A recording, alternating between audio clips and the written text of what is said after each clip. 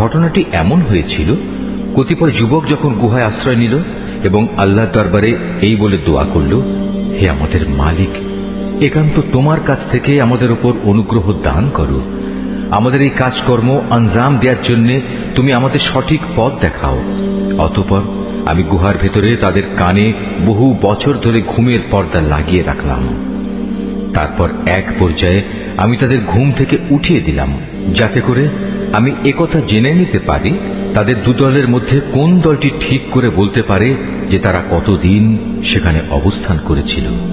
হে নবী, আমি তোমার কাছে তাদের বৃত্তান্ত সঠিকভাবে বর্ণনা করছি। মূলত তারা ছিল কতিপয় নওজোয়ান ব্যক্তি যারা তাদের মালিকের উপর ঈমান এনেছিল।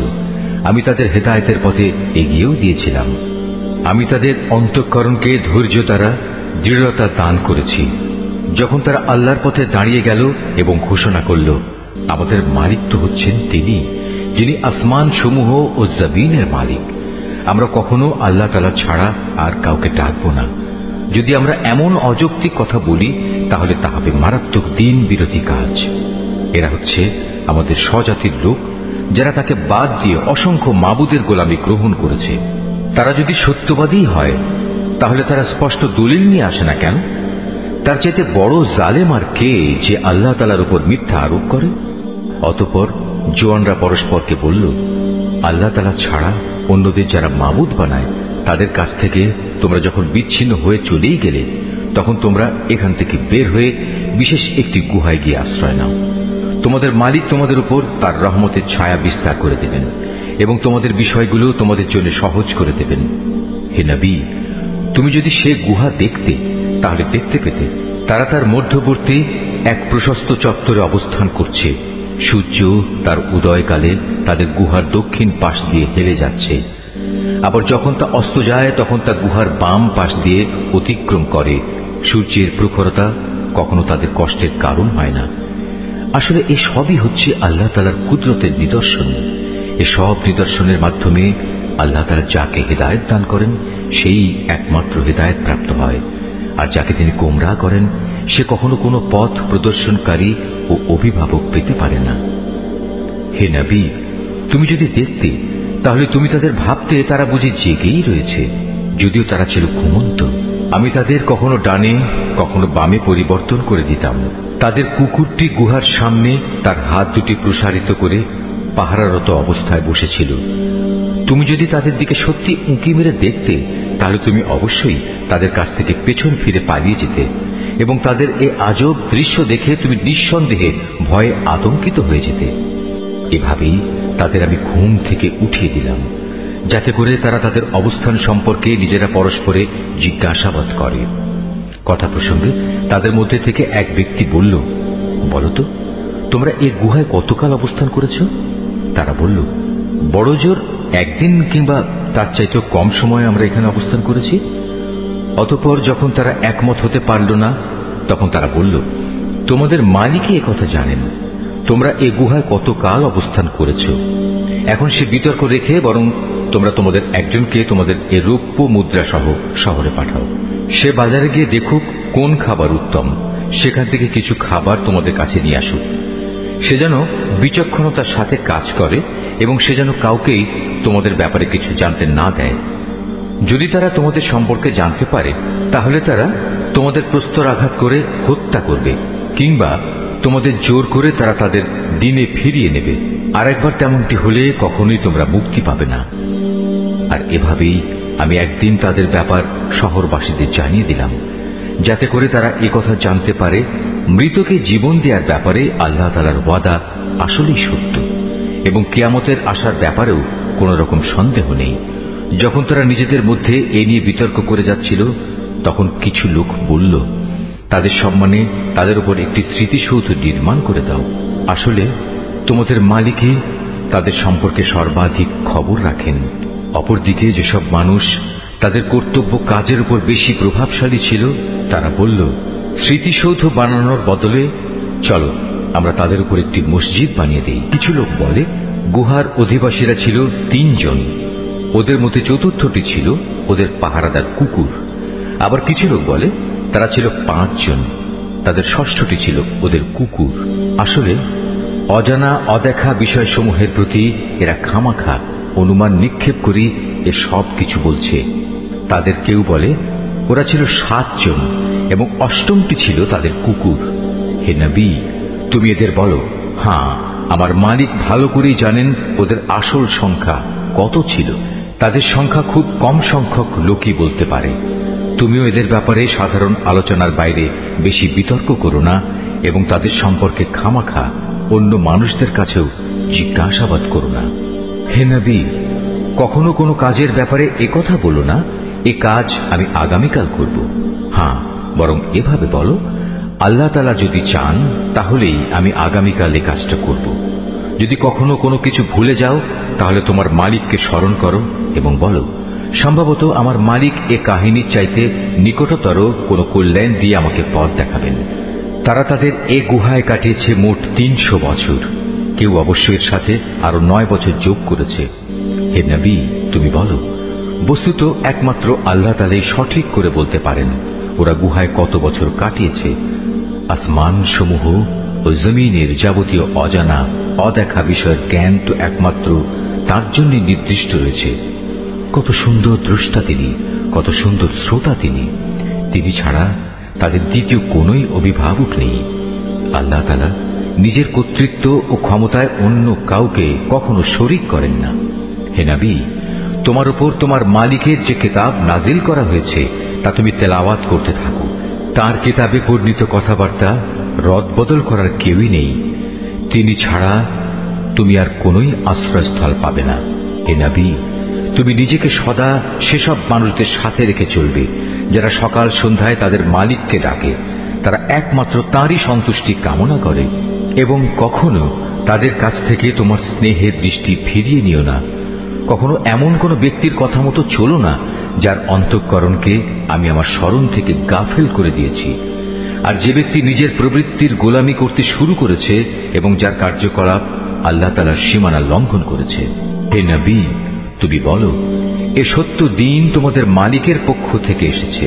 সুতরাং যার ইচ্ছা সে এর উপর ঈমান আনুক, আর যার ইচ্ছা সেটা অস্বীকার করুক।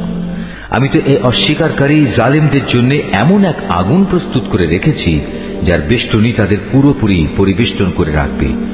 যখন তারা পানির জন্য ফরিয়াদ করতে থাকবে তখন এমন এক গলিত ধাতুর মতো পানীয় দ্বারা তাদের ফরিয়াদের জবাব দেয়া হবে যা তাদের সমগ্র মুখমণ্ডল জ্বালিয়ে পুড়িয়ে দেবে। কি ভীষণ হবে সে পানীয়, আর কি নিকৃষ্ট হবে তাদের আশ্রয়ের স্থানটি। আর যারাই আল্লাহ তাআলার উপর ঈমান এনেছে এবং ভালো কাজ করেছে তাদের কোনো আশঙ্কা নেই। আমি কখনো তাদের বিনিময় বিনষ্ট করি না যারা নেক কাজ করে। এদের জন্য রয়েছে এমন এক স্থায়ী জান্নাত যার পাদদেশ দিয়ে ঝর্ণাধারা প্রবাহিত হবে। তাদের সেখানে সোনার কাঁকুন দ্বারা অলঙ্কৃত করা হবে। তারা পরিধান করবে সূক্ষ্ম ও পুরু রেশমের পোশাক। উপরন্তু তারা সমাসীন হবে এক সুসজ্জিত আসনে। কত সুন্দর তাদের বিনিময়, কত চমৎকার তাদের আশ্রয়ের এই স্থানটি।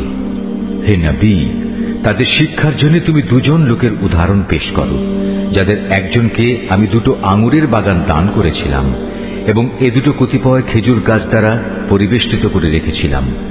আবার এ 2-এর মধ্যবর্তী স্থানকে পরিণত করেছিলাম একটি সুফলা শস্য ক্ষেত্র রূপে। উভয় বাগানই এক পর্যায়ে যথেষ্ট ফল দান করল।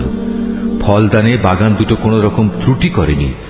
উভয় বাগানের ফাঁকে ফাঁকে আমি পানির ঝর্ণাধারাও প্রবাহিত করে রেখেছিলাম। এক পর্যায়ে তার অনেক ফল হয়ে গেল। অতঃপর একদিন সে তার সাথীকে কথা প্রসঙ্গে বলল, দেখো, আমি ধন সম্পদের দিক থেকে তোমার চাইতে যেমন বড়, তেমনি জনবলেও আমি তোমার চাইতে বেশি শক্তিশালী। নিজের শক্তি সামর্থ্যের ব্যাপারে বাড়াবাড়ি করতে করতে সে নিজের বাগানে গিয়ে প্রবেশ করল এবং বলল, আমি ভাবতেই পাচ্ছি না এ বাগানের সৌন্দর্য কোনোদিন নিঃশেষ হয়ে যাবে।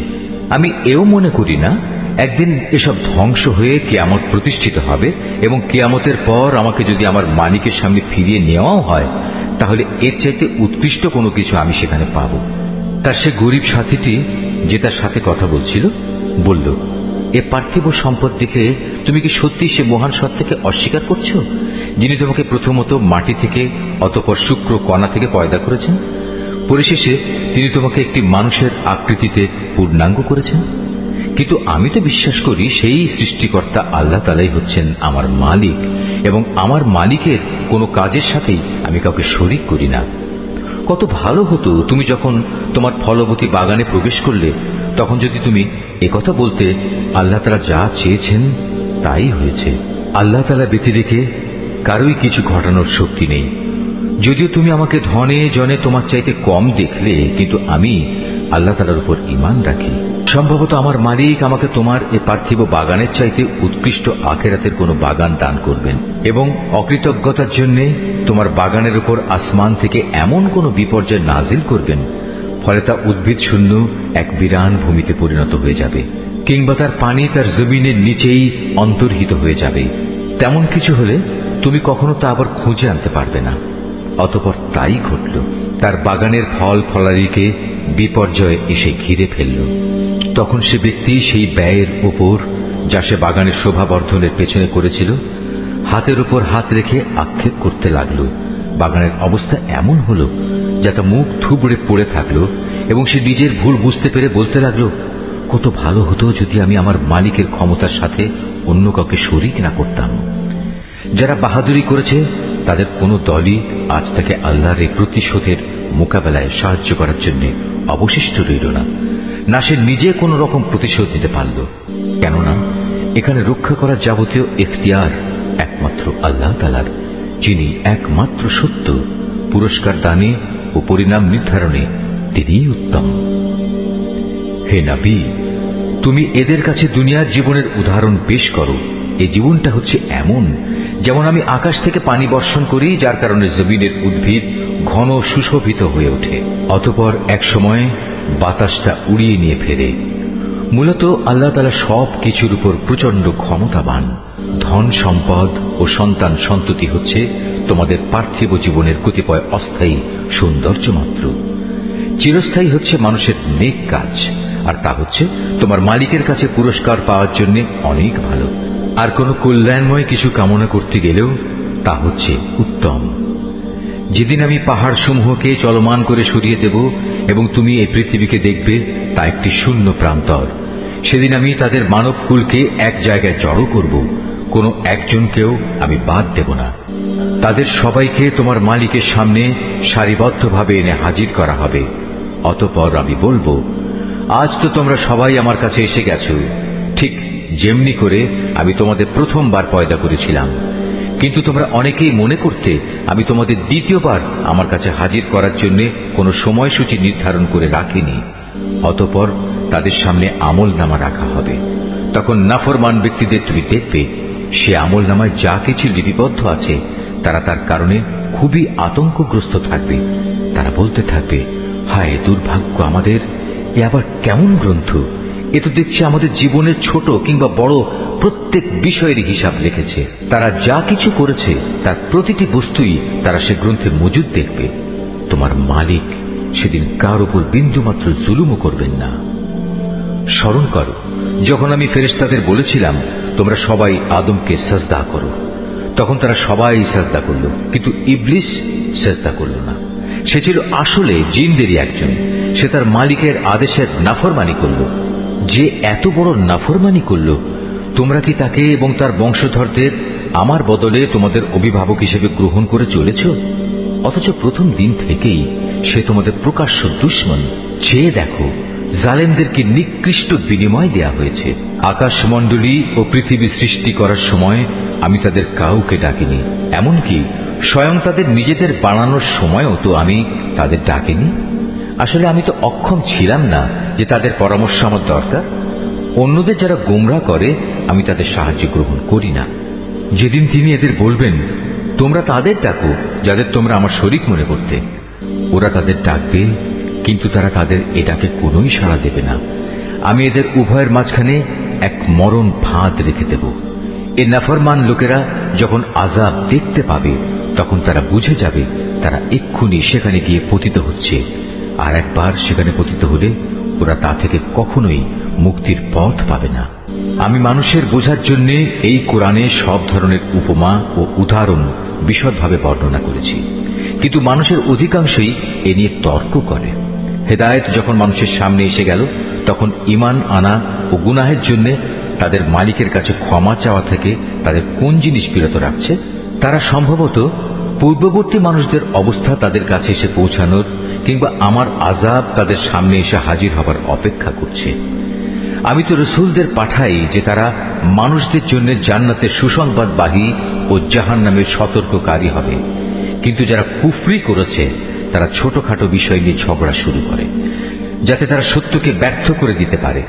মূলত তারা আমার আয়াতসমূহকে এবং যেসব বিষয় দিয়ে তাদের জাহান্নাম থেকে সতর্ক করা হয়েছিল তাকে বিদ্রূপের বিষয়ে পরিণত করে নিয়েছে।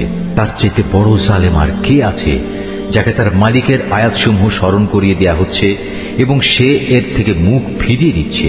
সর্বোপরি যা কিছু গুনাহের বোঝা তার হাত দুটো অর্জন করেছে সে তা ভুলে যায়। আমি তাদের অন্তরের উপর জাহেলিয়াতের আবরণ লাগিয়ে দিয়েছি যেন তারা সত্য দিন বুঝতে না পারে।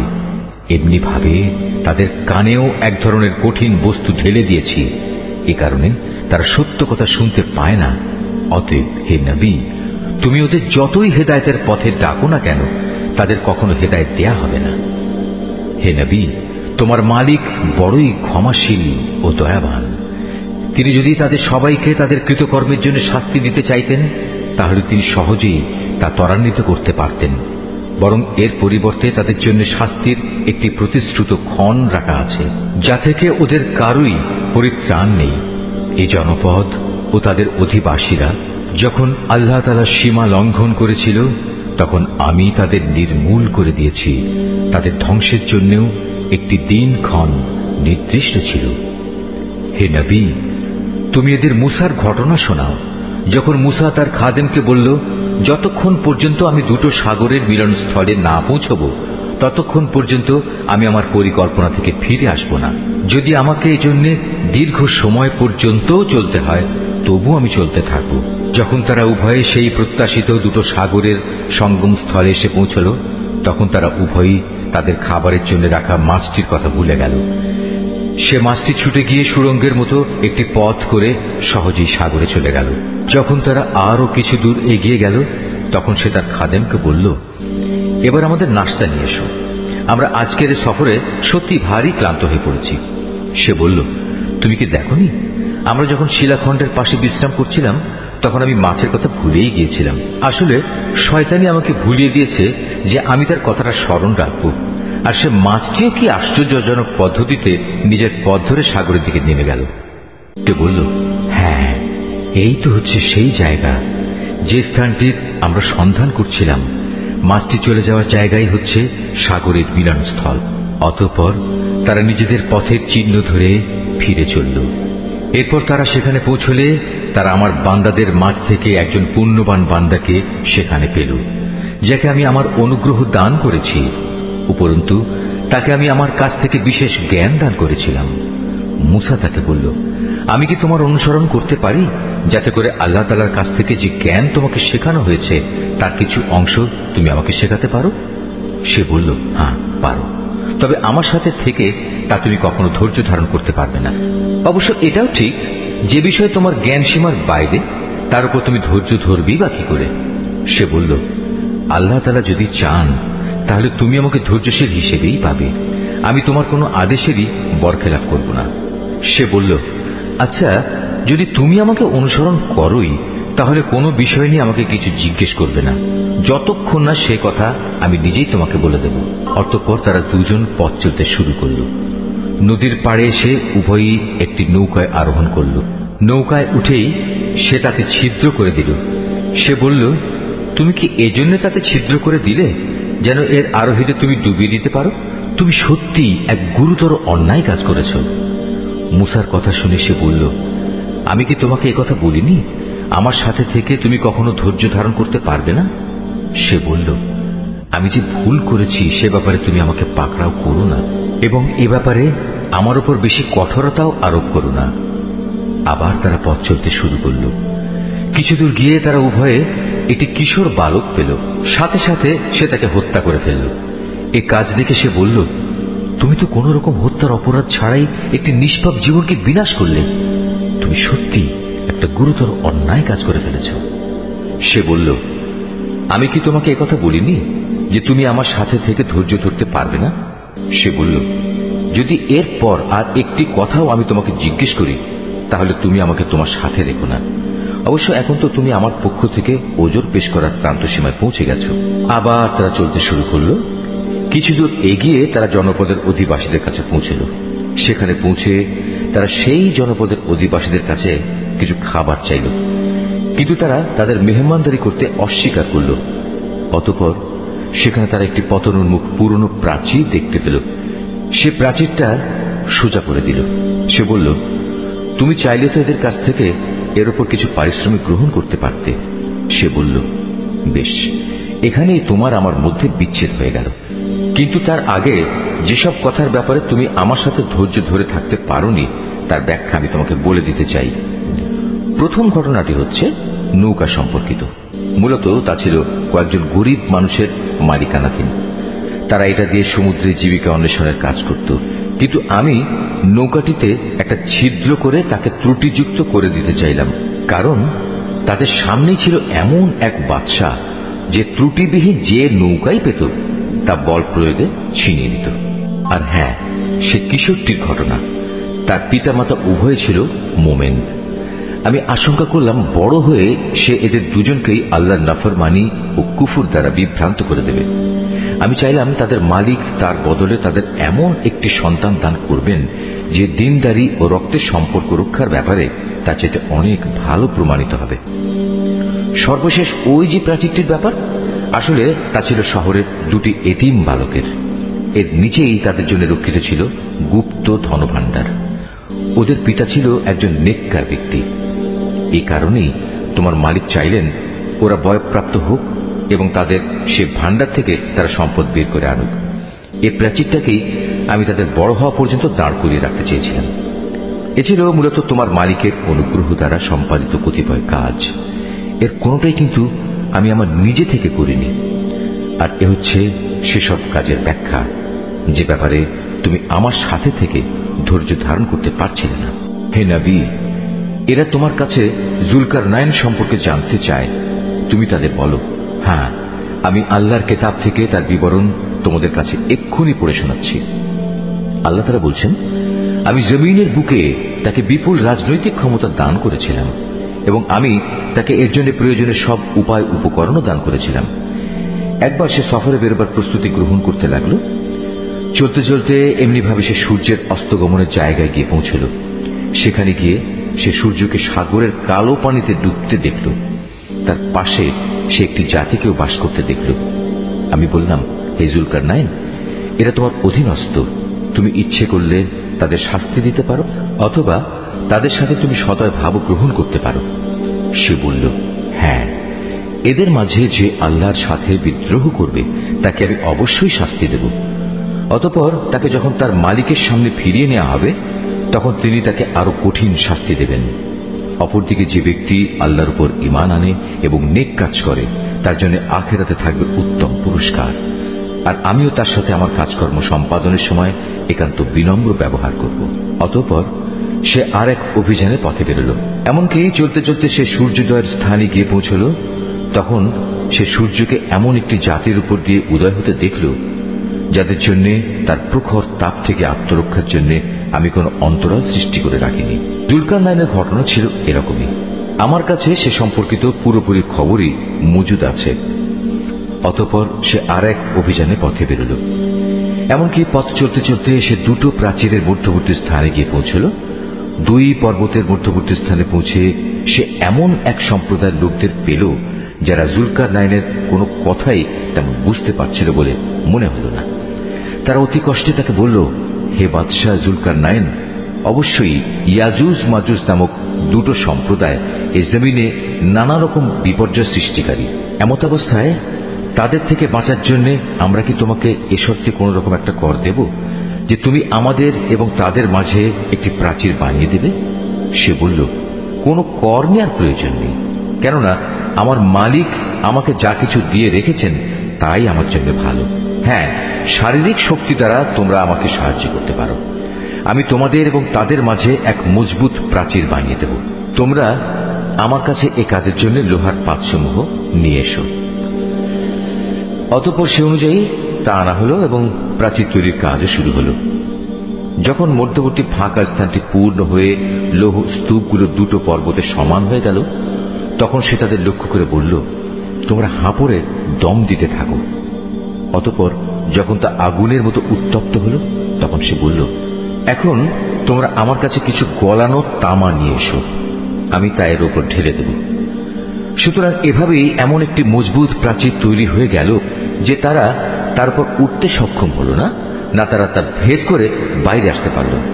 জুলকারনাইন বলল, এই যা কিছু হয়েছে তা সবই আমার মালিকের অনুগ্রহে হয়েছে, কিন্তু যখন আমার মালিকের ওয়াদা মতো কিয়ামত আসবে, তখন তিনি তা চূর্ণ বিচূর্ণ করে একাকার করে দেবেন। আর আমার মালিকের ওয়াদা হচ্ছে সত্য ওয়াদা। কিয়ামতের আগে আমি তাদের দলে দলে ছেড়ে দেব। তারা সমুদ্রের ঢেউয়ের আকারে একদল আরেক দলের মধ্যে প্রবিষ্ট হবে। যখন সিংহায় ফুৎকার দেয়া হবে, তখন তাদের সবাইকে আমি হাসরের ময়দানে একত্রিত করব। সেদিন আমি জাহান্নামকে তার অবিশ্বাসীদের সামনে এনে হাজির করব, যাদের চোখের মধ্যে আমার স্মরণ থেকে আবরণ পড়েছিল, তারা হেদায়েতের কথাই শুনতে পেত না।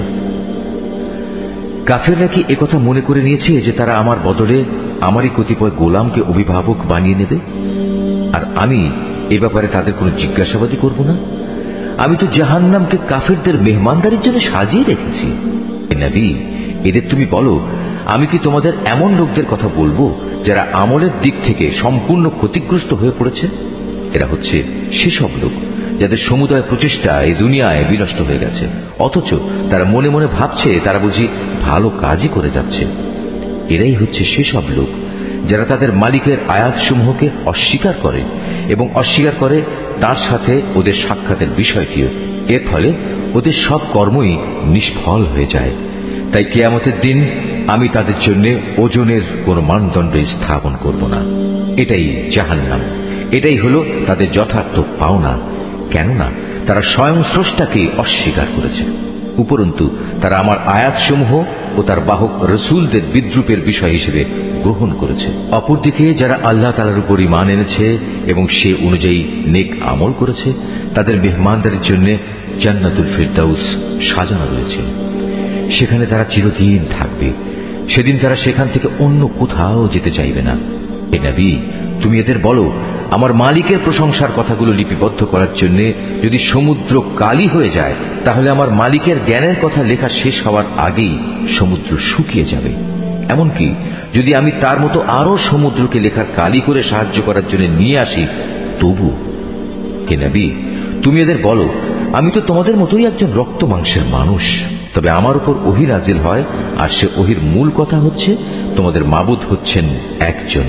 অতএব তোমাদের মাঝে যদি কেউ তার মালিকের সাক্ষাৎ কামনা করে, সে যেন হামেশা নেক আমল করে, সে যেন কখনো তার মালিকের ইবাদতে অন্য কাউকে শরীক না করে।